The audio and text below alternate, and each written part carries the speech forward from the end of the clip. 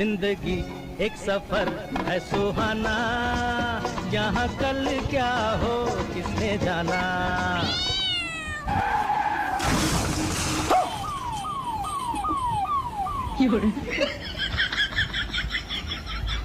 अबे साले, तूने अचानक से स्कूटी क्यों मोड़ दिया? अरे भाई बिल्ली रास्ता काट दी थी, अगर स्कूटी नहीं मोड़ते और हम लोग के साथ कुछ हादसा हो जाता तो। माँ का